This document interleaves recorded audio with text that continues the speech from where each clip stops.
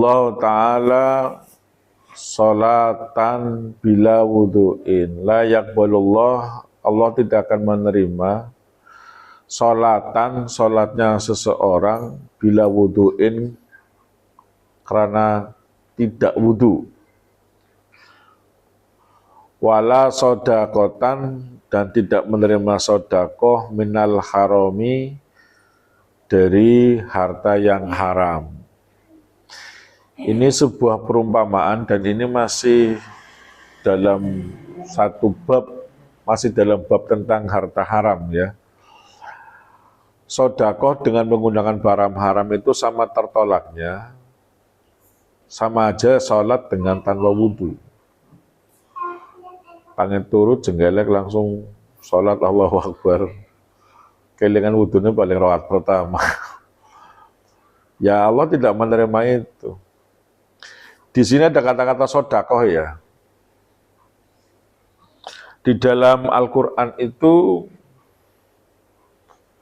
kata sodakoh ditempatkan untuk perintah zakat. Di dalam surat At-Taubah, innamas sodaqatu lil fuqara wal masakin wa ibnas sabil, dan seterusnya sampai 8 asnaf. Kok tidak menggunakan kata zakat? Sekaligus tak bedah bedanya antara infak, antara sedekah dan zakat. Kenapa di dalam, saya ulangi lagi, kenapa di dalam Al-Quran sendiri perintah zakat tapi malah justru menggunakan idemnya adalah sedekah? Karena apa? Zakat atau sedekah itu, sedekah berasal dari kata sodako, benar. Artinya ketika orang memberikan zakat, ya, ketika orang memberikan zakat itu harus harta yang benar, harus tulus, harus jujur dari orang yang mengeluarkannya itu. Kalau infak itu pengeluaran yang sifatnya umum. Itu sebenarnya infak. Berasal dari kata nafako. Nafako itu kalau secara bahasa itu artinya lorong, terowongan. Terowongan ini kan bisa menjadi jalan keluar. Arti munafik itu berasal dari kata nafako juga. Munafik itu kan berarti apa? Wong sing pela-pelu. Ketika terowongan ini kan dua sisi nih. Di sana orang muslim misalnya, bisa gabung mana? Di terowongan yang lain, wong musyrik misalnya, wong kafir gabung misalnya. Tapi arti bahasanya memang sebuah pengeluaran, segala sesuatu yang dikeluarkan. Baik jenengan ketika mengeluarkannya ikhlas ataupun tidak ikhlas, kue infak. Pemberian suami kepada istri itu artinya nafkah, pengeluaran juga. Lah, kalau sedekah sebenarnya gini. Kanjeng Nabi nanti dahulukan, saya pernah waktu di Arba'in Nawawi ya, saya pernah menjelaskan kayak gini. Di hadis berapa saya lupa. Suatu ketika sahabat curhat karo Kanjeng Nabi. Curhatnya, wahai Rasulullah, jadi wong sugih kepenak ya. Si kepenaknya pribadi. Wong sugih nyong sholat, wong sugih bisa sholat. Nyong puasa, wong sugih bisa puasa. Tapi ana sing bisa dilakoni wong sugih, tapi ora bisa nglakoni. Yaitu apa? Sedekah, zakat. Kayak bisa nglakoni, tapi ora bisa nglakoni. Apa jawab Rasulullah? Tasbihakon adalah sedekah. Tahmidakon adalah sedekah. Tahlilakon adalah sedekah. Berbuat apikon belilah sedekah. Jadi kalau dilihat dari konteks ini, berarti sholatnya dheweke dinilai sedekah, perbuatannya dheweke dinilai sedekah. Terlebih Nabi pernah mengatakan, fa in kana maluhu falyatasaddaq bimalihi. Jika Anda punya uang, maka sedekah dengan harta kamu. Fa in kana lahu ilmu falyatasaddaq bi ilmi. Kon duwene ilmu, sedekah ngene ilmu. Fa in kana kuwah, duwene kekuatan, duwene tenaga, falyatasaddaq bi quwwatihi. Panitia pembangunan keliling perumahan. Biasanya kan kayak gitu. Wonten apa proposal. Duh, ayo lagi orang di duit iki lagi pacak klik durung panen segala macam. Wis nyemburu tenaga wis. Ini yang dimaksud dengan fa in kana lahu quwwah, tenaga, fa yatasaddaq bi quwwatihi. Lah, infak, sedekah dan zakat ini kan ketentuannya beda. Kalau zakat itu kan punya ketentuan secara syariat. Walaupun tadi ketika balik lagi di surat At-Taubah pakainya sedekah. Artinya apa? Bahwa zakat yang dikeluarkan itu harus benar-benar harta yang sesuai dengan ketentuan, jujur. Artinya apa?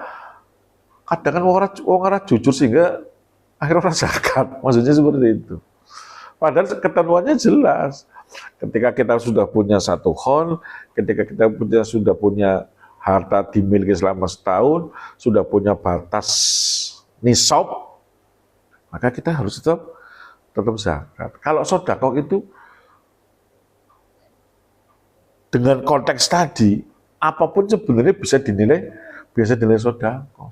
Wong kondangan bisa dinilai sedekah, angger niate dhewek sedekah. Itu seperti itu. Lah, seperti dalam surat Al-Baqarah ayat 215.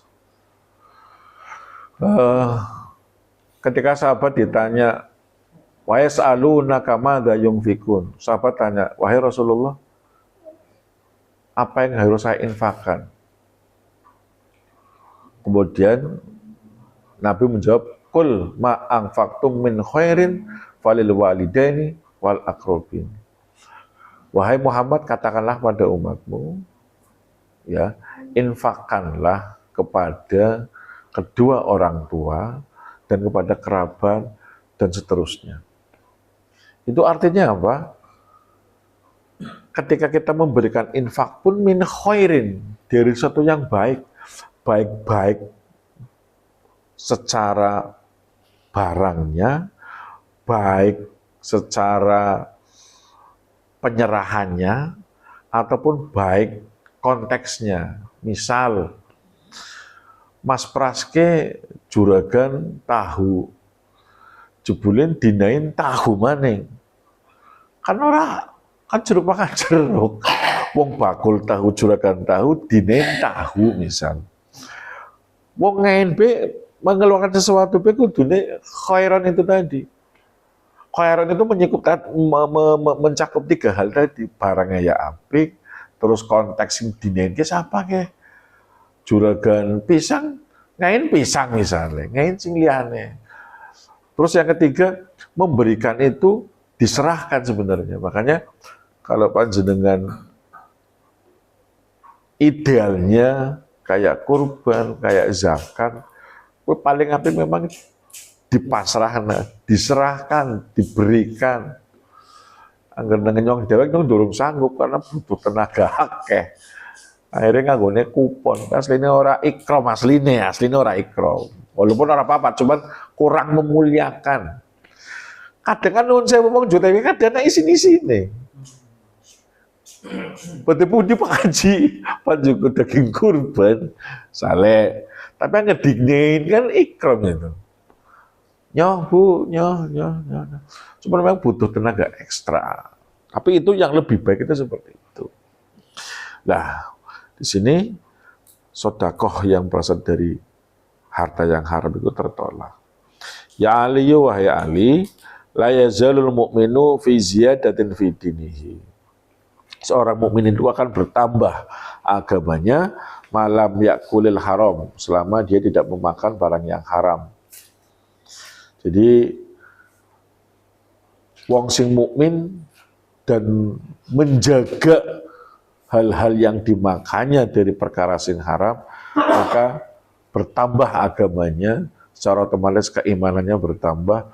Wa man faraqal ulama, barang siapa yang menjauhi ulama, mata qalbuhu, hatinya mati, wa amiya an ta'atillah, dan buta dari taat kepada Allah.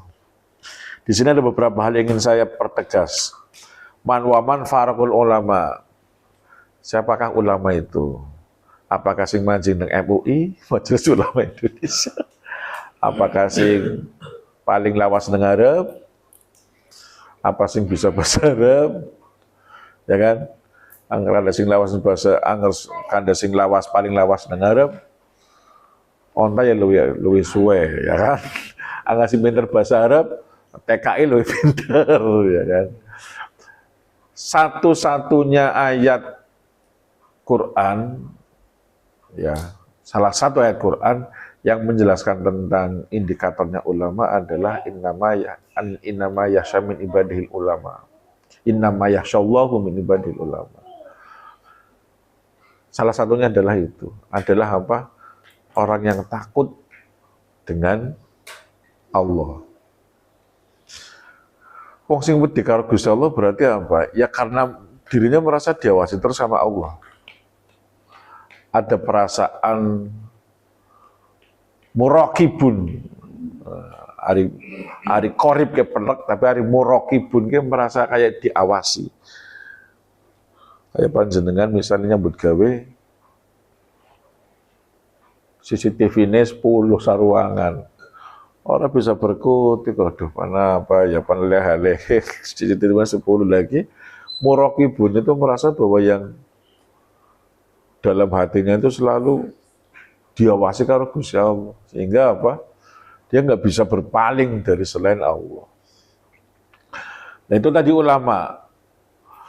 Al ulama'u warasatul anbiya. Ulama itu pewaris dari para nabi.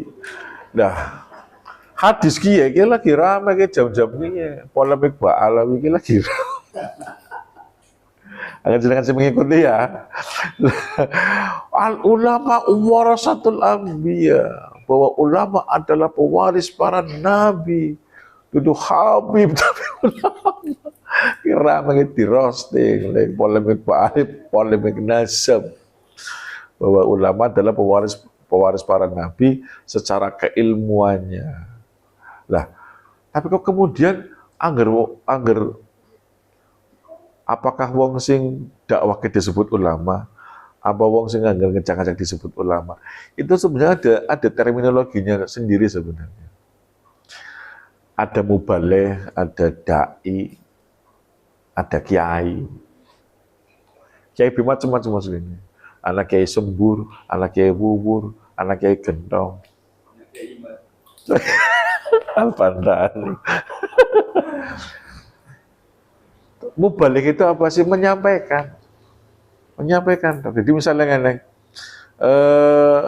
kas kumpul-kumpul kas kumpul-kumpul kayak majelisan ini mana balik kas kumpul-kumpul. Terus kemudian Mas Oji di komunitasnya ngomong apa yang saya sampaikan, itu berarti dia mubalik sebenarnya. Dia menyampaikan. Kemudian dai itu mengajak.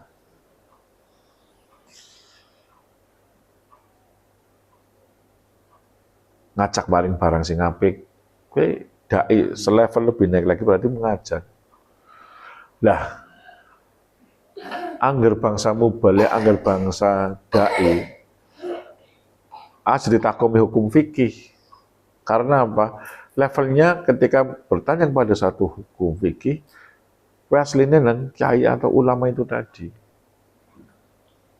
Ulama atau kiai tadi. Karena apa? ulama kuwi asline kuwi bentuknya bentuk plural. Angger singular iki asline alim. Gus Dur alim misalnya. Hamba Almarhum Haji Muzadi alim misalnya. Gus Mus alim misalnya. Niki 3 orang kumpul namanya ulama. Jamak dari beberapa orang yang alim. Tapi dalam Quran itu indikatornya salah satunya adalah seorang ulama itu adalah pokoknya orang yang wedi karo Gusti Allah. Nah, barang siapa yang lari dari ulama, maka hatinya mati. Terus hari hati mati berarti nuraninya yang mati. Nurani mati contohnya ki pripun? Hati yang mati contohnya ki pripun?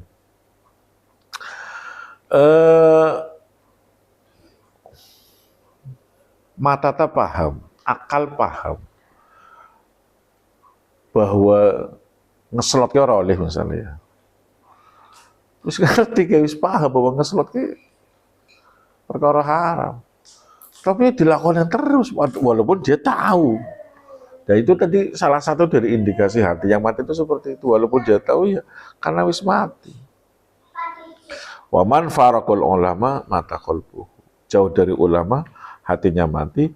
Wa amiya an taatillah dan buta dari taat kepada Allah. Akhirnya ketaatan kepada Allah juga mengalami kebutaan. Buta maksudnya apa? Ini kan kiasan. Ya akhirnya kan punya keterbatasan taat maring Gusti Allah. Itu seperti itu. Malah dalam kitab Nasaihul Ibad ya, kurang lebih Kanjeng Nabi pernah nanti yang kayak gini. Nanti Pak akan datang suatu masa di mana mereka akan jauh dari ulama. Ketika jauh dari ulama, Gusti Allah akan mencoba 3 hal. Gusti Allah akan mencoba umat itu 3 hal. Yang pertama kehilangan barokah, terus mati dalam keadaan tidak husnul khotimah. Terus yang ketiga akan diberikan pemimpin yang tidak amanah. Keberkahannya apa? Misal keberkahan sebenarnya ziyadatul khair ya, maknanya ziyadatul khair. Lagi isi duwe sepeda uripe kayaknya karo keluarga rukun ayem, duwene motor, barang duwene mobil dilalah bojone royal ana sing asale kanggo motor mesra nemen barang mobil malah bojone royal ki berarti ada wujud tidak barokahnya ini berarti kayak gini. Orang ziyadatul khair sih malah tereduksi itu, keharmonisan keluarganya tereduksi. Terus kemudian Allah akan menimpakan kepada suatu umat itu seorang pemimpin yang tidak adil, tidak amanah. Kalau kembali dengan konteks saiki, monggo dinilai piyambak konteks saiki pemimpinnya amanah apa ora? Pemimpin amanah apa ora ngertakone karo sing ora objektif ya beda pendapat lagi kan. Takone karo cebong ya mone amanah nemen. Ya, takone karo kardun misalnya. Kardun cebong misalnya. Tidak objektif akhirnya. Terus yang ketiga, mati dalam keadaan tidak husnul khotimah. Ini yang paling berbahaya karena capaian kita yang sesungguhnya adalah mati dengan keadaan khotimah. Kan capaian kita sebenarnya intinya menguripkan gue aslinya sih. Kesuksesan kita yang substansi sebenarnya mati ulang khotimah, Mas. Apa paling sih? Pan jembalikan di gola di apa mati jebule ulang khotimah. Ya wis rusak kabeh. Mungkin itu mudah-mudahan manfaat barakallahu ma amin ya rabbal alamin. Wallahu a'lam bishawab. Assalamualaikum warahmatullahi wabarakatuh.